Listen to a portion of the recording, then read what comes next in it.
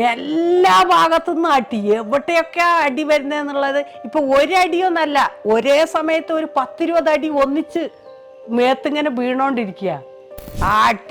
അടിക്കാൻ മാത്രം ഈ താലയൊക്കെ പിടിച്ചിട്ട് ഈ വണ്ടീൻ്റെ കമ്പി ഉണ്ടല്ലോ, ആ സീറ്റിൻ്റെ കമ്പിക്കൊക്കെ ഇടിച്ചിട്ട് അങ്ങനെയാണ് എൻ്റെ മുഖം ഈ സൈഡ് മൊത്തം ഇതായിപ്പോയത്. സ്റ്റേഷനിൽ വന്നിട്ട് ശരിക്കും അവിടെ ഒത്തിരി നാട്ടുകാരായിട്ടുള്ള ആളുകളൊക്കെ ഉണ്ടായിരുന്നു. അവർക്ക് കാണിക്കാൻ വേണ്ടി നമ്മളെ ഒരു പ്രദർശന വസ്തു പോലെയൊക്കെ നിർത്തിയിട്ടാണ് പിന്നെ സ്റ്റേഷൻ്റെ ഉള്ളിൽ കയറ്റിയത്.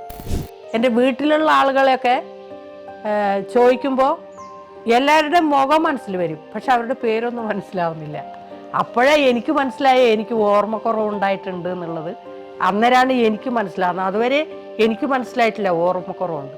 അരുന്ധതി റോയി അവർക്കെന്തോ ഒരു അവാർഡ് കിട്ടിയ തുകയിൽ 1,00,000 രൂപ നമ്മളുടെ ഇതിനു വേണ്ടി സംഭാവന അന്ന് കൊടുത്തിരുന്നു.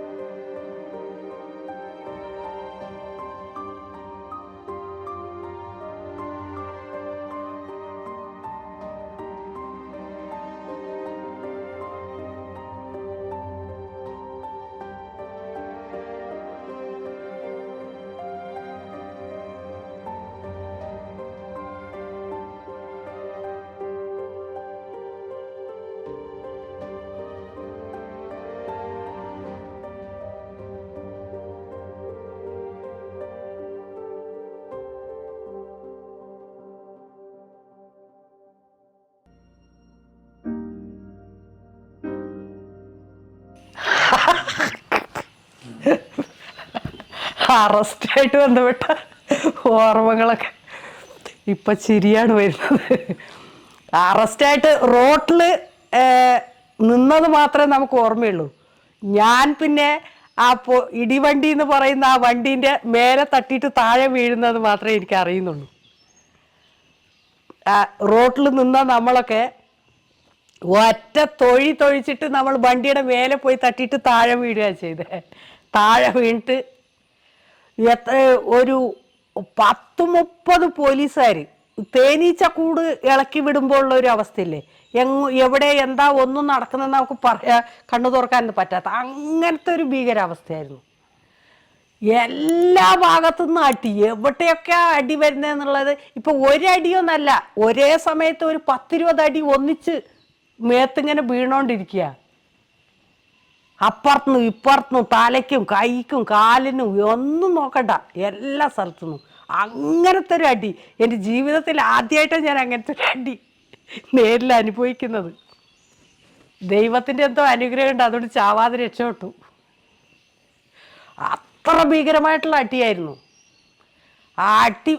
അടിക്കാൻ മാത്രം ഈ താലയൊക്കെ പിടിച്ചിട്ട് ഈ വണ്ടീൻ്റെ കമ്പി ഉണ്ടല്ലോ, ആ സീറ്റിൻ്റെ കമ്പിക്കൊക്കെ ഇടിച്ചിട്ട് അങ്ങനെയാണ് എൻ്റെ മുഖം ഈ സൈഡ് മൊത്തം ഇതായിപ്പോയത്. ഈ ചെവിൻ്റെ ഉള്ളൊക്കെ ചതഞ്ഞ് ഭയങ്കരമായിട്ട് നീരൊക്കെ കയറി അങ്ങനെ ഈ ശരിക്കും ഞാൻ ഈ ബോധമൊക്കെ ഇല്ലാത്ത ഒരു സംഭവമൊക്കെ അങ്ങനെ എനിക്ക് വരുന്നത് ശരിക്കും അങ്ങനത്തെ ഒരു സംഭവം ഭീകരമായിട്ട്. എന്നിട്ട് ഷൂ ഒക്കെ ഇട്ടിട്ട് ഈ കാലിനൊക്കെ ഇട്ട് ഇങ്ങനെ ചവിട്ടിട്ട് ഇങ്ങനെ തിരിക്കുമ്പോൾ അല്ലേ പ്രാണനെ പറിച്ചെടുക്കുന്ന ഒരു അനുഭവമാണ്. ഈ ഷൂ ഇട്ടിട്ട് ഇങ്ങനെ ചവിട്ടി പിടിച്ചിട്ടേ ചവിട്ടിയിട്ട് അങ്ങനെ തിരിക്കുമ്പോൾ അങ്ങനത്തെ ഒരു എൻ്റെ ജീവിതത്തിൽ ആദ്യത്തെ ഒരു അനുഭവമാണ് ഈ സംഭവം. അതിന് മുമ്പേ എനിക്ക് അങ്ങനത്തെ ഒരു അനുഭവമൊന്നും ഉണ്ടായിട്ടില്ല. എന്തായാലും വളരെ ഭീകരമായിട്ട് ഒരു പരിഗണനയില്ലാത്ത എന്താ അതാ ഞാൻ പറഞ്ഞ അവർ മനുഷ്യരാണോ എന്ന് പോലും അവർ സംശയിക്കണമെന്ന്.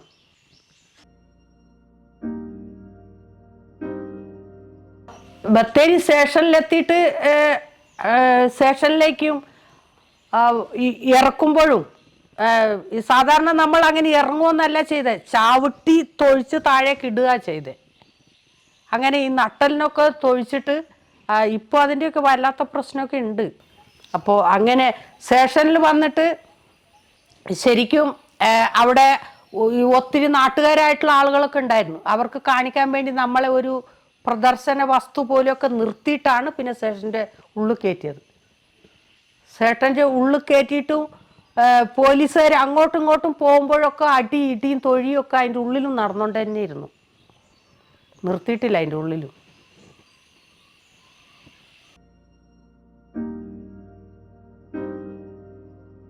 AK ആന്റണി അന്ന് മുഖ്യമന്ത്രി ആയതുകൊണ്ട് അയാൾക്ക് പങ്കുണ്ട്.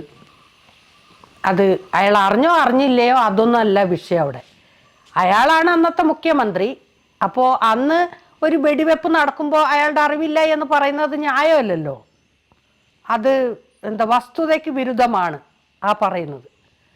അതുകൊണ്ട് ആ ഒരു രീതിയിൽ നമ്മൾ പറയുമ്പോൾ അയാളുടെയും കൂടി അറിവോടെ എന്ന് തന്നെ നമുക്ക് പറയേണ്ടി വരും.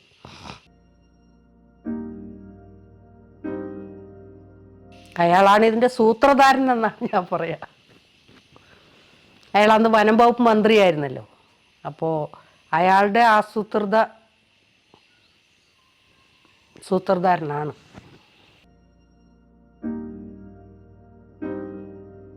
ഇല്ല, ഞാൻ അതിനുശേഷം ആന്റണി സാറിനെ ഒരുപാട് പ്രാവശ്യം കണ്ടിട്ടുണ്ട്, സംസാരിച്ചിട്ടുണ്ട്.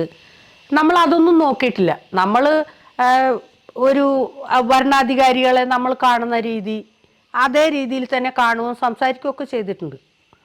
അങ്ങനെ ഖേദമൊന്നും പ്രകടിപ്പിച്ചിട്ടില്ല.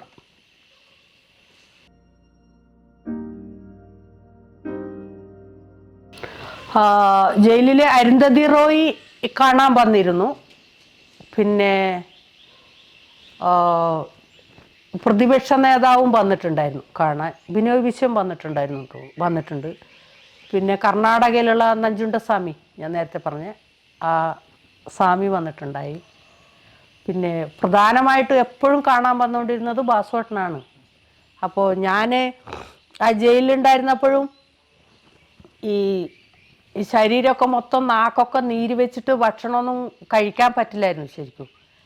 അപ്പോൾ ഭയങ്കര നീരായിരുന്നു. ഈ ശരീരമൊക്കെ ഇങ്ങനെ കറുത്ത പാടുകളായി ശരീരത്തിൽ എല്ലാ സ്ഥലത്തും. ഈ അടിയുടെ ഈ രക്തം കല്ലിച്ച് നിൽക്കുന്നത് ശരീരം മൊത്തം, എല്ലാ സ്ഥലവും ശരീരവും അങ്ങനെ. അതുകൊണ്ട് ഭയങ്കര നീരായിരുന്നു. ഈ കഴുത്തൊക്കെ ഇങ്ങനെ നീര് വെച്ചിട്ട് ഇങ്ങനെ ഇടുമിച്ച പോലെ ഇരുന്നേ.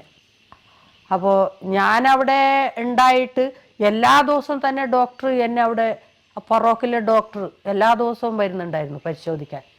എന്നിട്ട് എല്ലാ ദിവസവും തന്നെ ഞാനൊക്കെ അവിടുന്ന് ഭക്ഷണം കഴിക്കാൻ പറ്റായിട്ട് വേറെ ബ്രെഡ് മാത്രമാണ്. ഒരു മാസത്തേക്ക് ഭക്ഷണമൊന്നും ഇങ്ങനെ സാധാരണ കഴിച്ച തൊണ്ടയിൽ ഇറങ്ങണ്ടേ, അങ്ങനെ ഇറങ്ങാൻ പറ്റാത്തതുകൊണ്ട് വേറെ ബ്രെഡ് മാത്രമാണ് ഒരു മാസത്തേക്ക് ഞാൻ ആ ജയിലിൽ നിന്ന് കഴിച്ചത്. ബ്രെഡും ചായയും അങ്ങനെ മാത്രമാണ് ശരിക്കും കഴിച്ചത്. വേറെ ഭക്ഷണമൊന്നും കഴിക്കാൻ പറ്റുന്നില്ല. പിന്നെ ബാസുവേട്ടൻ ഈ അവിടുത്തെ ജയിലത്തെ ഇതയാൾ ജയിൽ വാർഡൻ, അവിടുത്തെ ഓഫീസർ ബാസുവേട്ടനായിട്ട് പരിചയമുള്ളതാണ്. അങ്ങനെ പറഞ്ഞ് ബാസുവേട്ടൻ അവസാനം കുഴമ്പില്ലേ, ധന്യന്തര കുഴമ്പ്, അങ്ങനത്തെ കുഴമ്പൊക്കെ ജയിലിലേക്ക് തന്നു. സാധാരണ അങ്ങനെ തരാൻ വിടില്ല. അങ്ങനെ തന്നിട്ട് അതൊക്കെ തേച്ച് അവിടുത്തെ ജയിലത്തെ വെള്ളം എടുത്ത് വെയിലത്ത് വെച്ച് കുറേ സമയം, ചൂടല്ലേ, വെയിലത്ത് വെക്കുമ്പോൾ ചൂടാവും. അങ്ങനെയാണ് ഒരു മാസം കൊണ്ട് കുറച്ച് നീര് കുറേശ്ശെ ശരീരത്തിൽ നിന്ന് കുറഞ്ഞത്.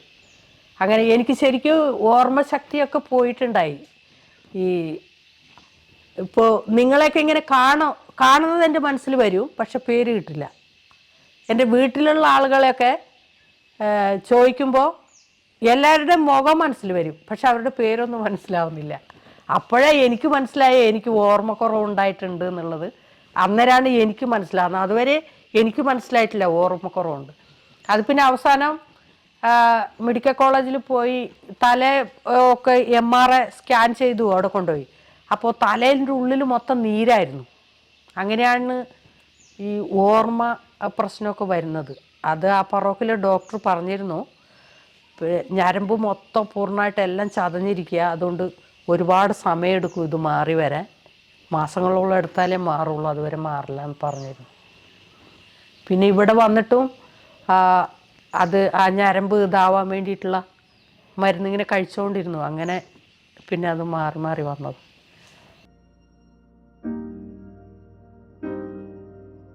മുത്തങ്ങ സമരത്തിന് അരുന്ധതി റോയിയുടെ വലിയ സഹായമാണ് നമുക്കുണ്ടായിട്ടുള്ളത്. അരുന്ധതി റോയി അവർക്കെന്തോ ഒരു അവാർഡ് കിട്ടിയ തുകയിൽ 1,00,000 രൂപ നമ്മളുടെ ഇതിനു വേണ്ടി സംഭാവന അന്ന് കൊടുത്തിരുന്നു.